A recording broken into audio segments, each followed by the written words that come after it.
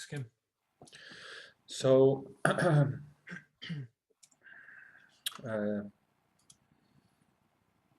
Jonathan made really good comments about Kashyap's presence, and to me, if I look at, to me, even though Buddhism is kind of old, it's been 2,500 years around. It's to me, it's kind of young. It kind of feels young. I just always had that feeling that even if 2,500 years is kind of long, as a tradition, it's quite young. And of course, this during the past 2,000 years, the world has gone through big changes, and also, in the history of Buddhism, there has been huge changes. It started in northern India, and now, it was swept out by the Muslim warlords. It was kicked out. And actually, at that point, many yogis, siddhas, mahasiddhas, they went underground and or became so-called nath yogis, N-A-T-H-A, natha, naths. So they became, naths are still,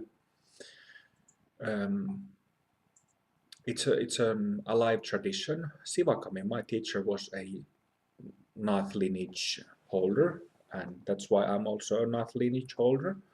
But naths have a very broad view, really serious tantric tradition that still exists. So what I didn't remember, I lost the track of my thought when discussing that shamanism, and shamanistic traditions are very old. I've seen different estimations of the age of these shamanistic practices all around the world that have been very similar, if not even identical, in completely opposite sides of the earth. And the mind-boggling thing about it is that, different anthropologists and historians, they estimate that shamanistic traditions have been there at least several tens of thousands of years. Some even say that these traditions have started about 100,000 years ago.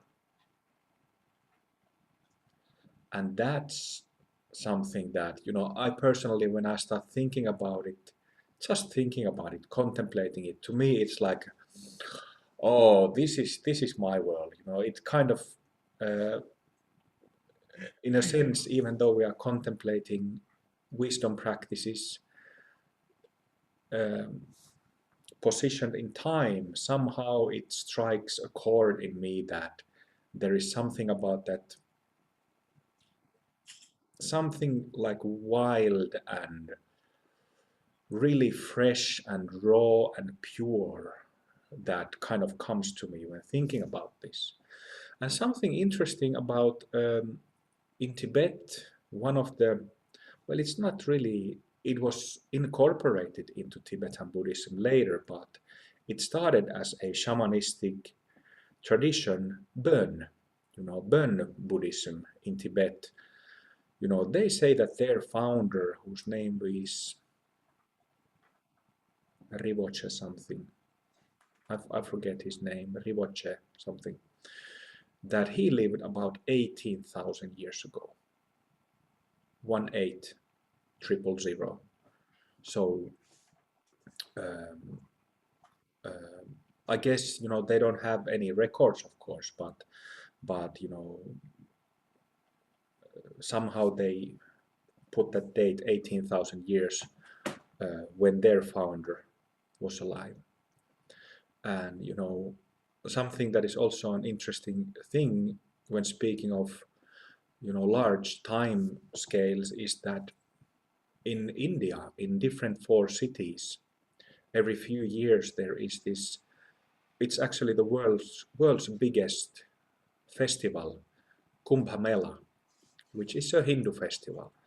but you know the organization that arranges Kumbh Mela every 2 or every 4 years, that organization has been uh, for over 10,000 years. So they've been at it for a long time.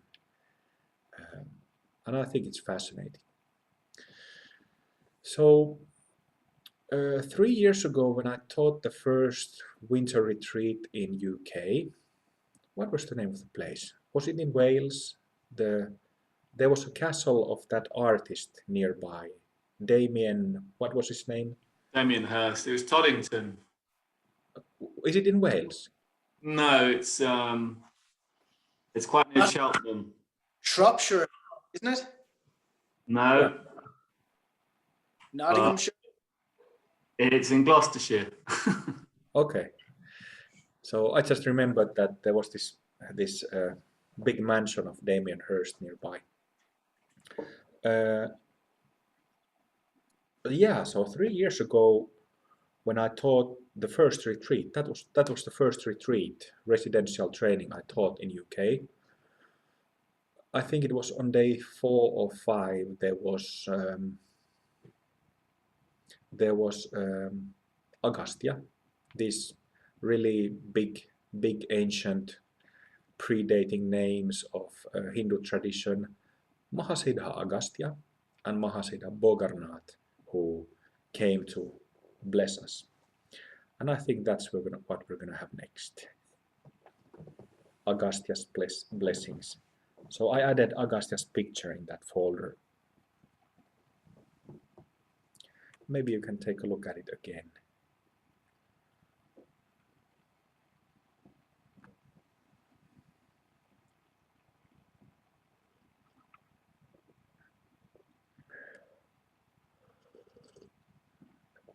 So Agastya is a name that is referred a lot in um, in reference to literature, spirituality, alchemy, medicine, like Siddha medicine, traditional southern Indian medicine, and Tantra.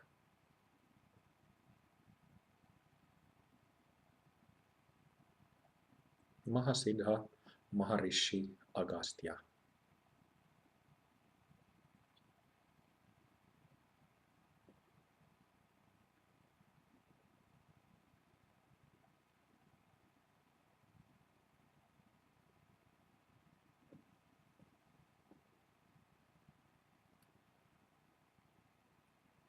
Really one of the big names of, you know, Hinduism is a vast variety of different traditions and lineages, and Agastya is one of those, you know, original ones, and in that sense one of the first original big names. And Agastya has always been also in the Mahasiddha family.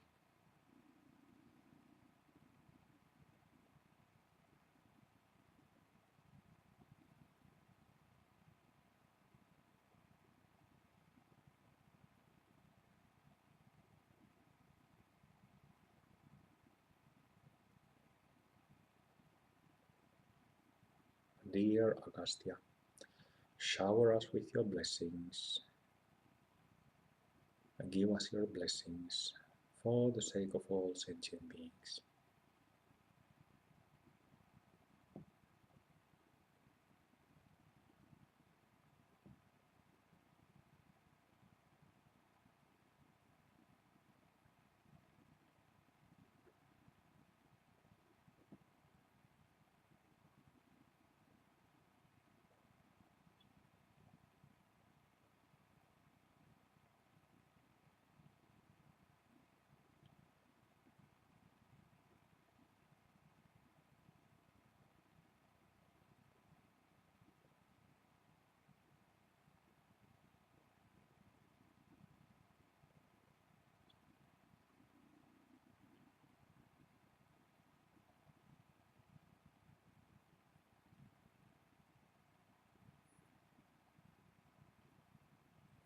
You can also welcome him to you.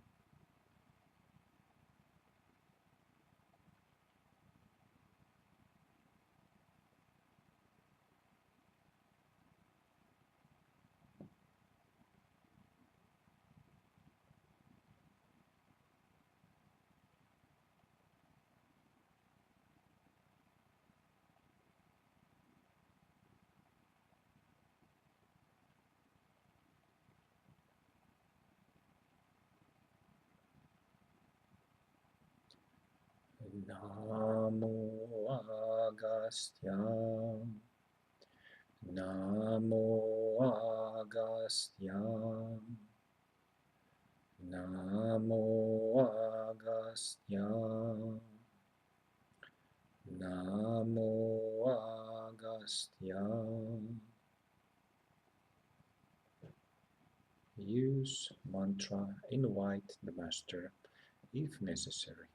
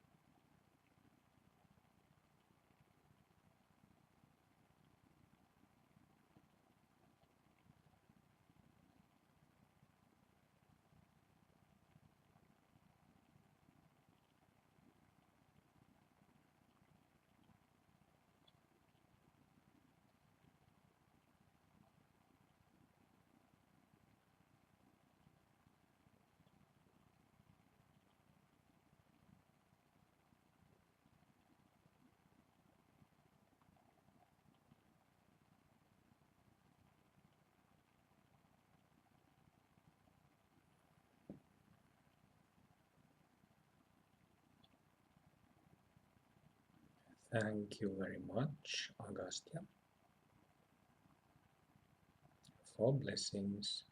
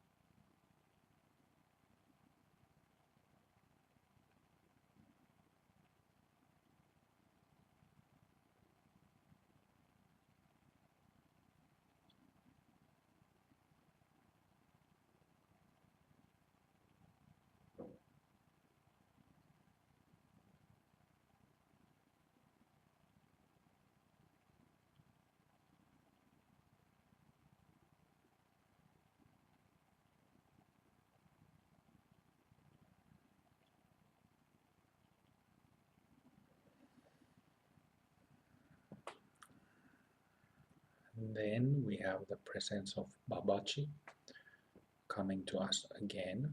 Babaji is one of the original disciples of Agastya.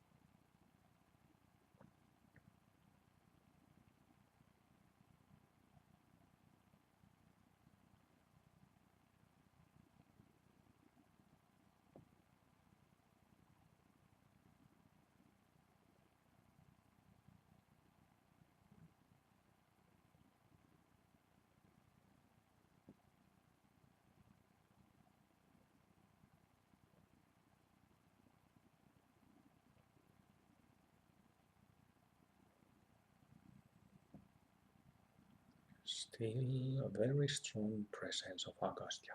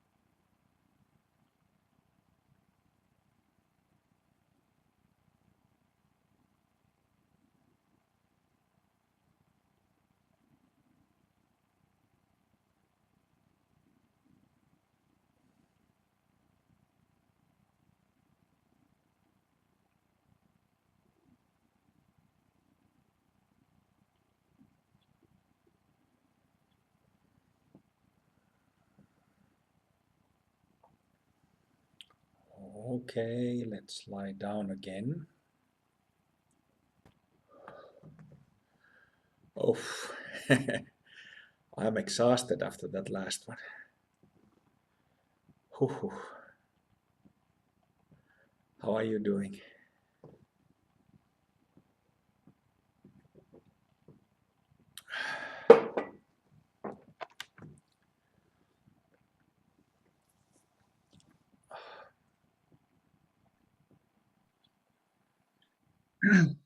Agastya was amazing. Like that was really. Look at his smile. No, it was like wow.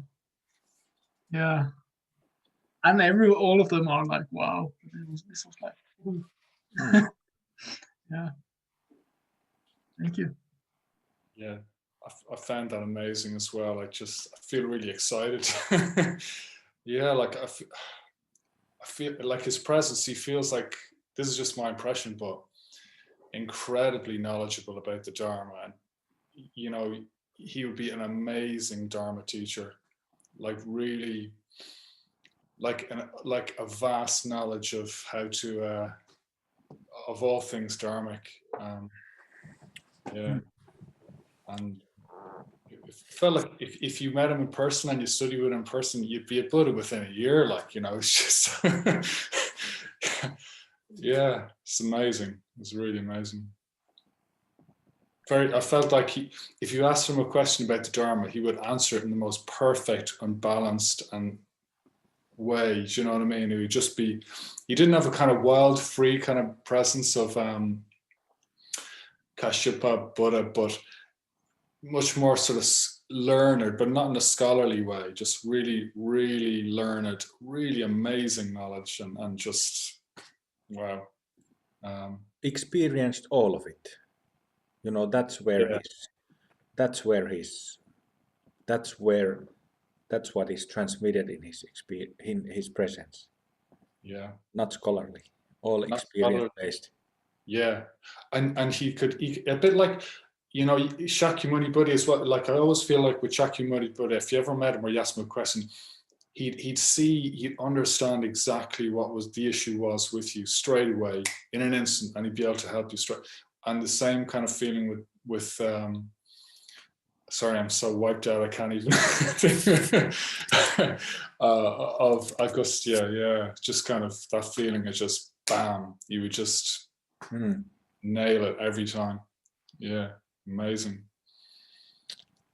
I felt like was so. I didn't think about the knowledge part, but like it was so much love. Like it was like a thunderstorm of. Like it had it. Yeah, I don't know. Like similar to Jesus in a sense. Like just overwhelming of kind of. I will do Guru Yoga with him and see if I can pick up on what you were saying, Jonathan. But yeah, just like this tremendous, powerful love sense. Yeah, for me, he had a very crazy heart-centeredness, and it was like a laser beam coming through the heart. And compared to Babaji, I had the image like Agastya was like the pure light coming into the crystal, and Babaji is like the light spreading out. Ah, yeah, that's a good analogy. Yeah. And it felt like that, and this very, very laser beam like quality. That was impressive. Yeah. And it's the kind of laser beam that you see in sci-fi movies when there is the spaceship is hovering in the space, and you know there is Tom Cruise on standing on the ground, and there's this massive light beam that comes and surrenders and engulfs Mr. Cruise. It's kind of like that laser beam. It's a massive. It's like just massive. Not a small laser beam. Yeah. I also got that feeling that that kind of comparing Agastya and Babaji, like Babaji is much more simple and just loving and kind and just a totally different presence, but it felt like Agastya, like who could ever possibly be his teacher, because he's just such a vast power of the Dharma coming through. Like it felt like, you know, he was just kind of he was just directly plugged into the Dharma, and it just flows just through him completely, you know, just completely naturally and completely with great power, and just yeah, who could possibly have been his, you know, teacher, because it's just yeah, he just felt like a total natural to me, like just total. There is no, as far as I have read some traditional texts, there is no mention of Agastya's teachers, and there's only mention of his students. Yeah. So, you know, that's why I said that he's one of the original ones, and if not the original one. And you know, that's how he's always felt for me. Oh, I feel out of breath because I'm so exhausted of the last session. You know, he gave me a good kick in the ass. You know, opened this knot, that energetic knot in my tailbone that has been there all my life, and suddenly it's not there, and it makes me breathless, kind of. But yeah, it is. There's something really special about him. And wait a second. So he had 4 main disciples. One is Babaji, one is Bogarnath. Bogarnath later became known as Lao Tzu in China, who is one of the founding fathers of Taoism. And so Babaji, Bogarnath, Kalanginath is the 3rd one, Kalanginath. And then the 4th one is, it's right on my tongue. Well, maybe I'll mention it later, but yeah, like I said, there's no mention of his teacher, just his students. But it is something like a, the word visceral doesn't really capture it, but it's just full and raw. And raw in a very complete and pure and beautiful sense. I love that. Yeah. I love that. It feels like he's effortlessly plugged into the Dharma, but not via small connection, but via massive connection. It's just flowing effortlessly through him.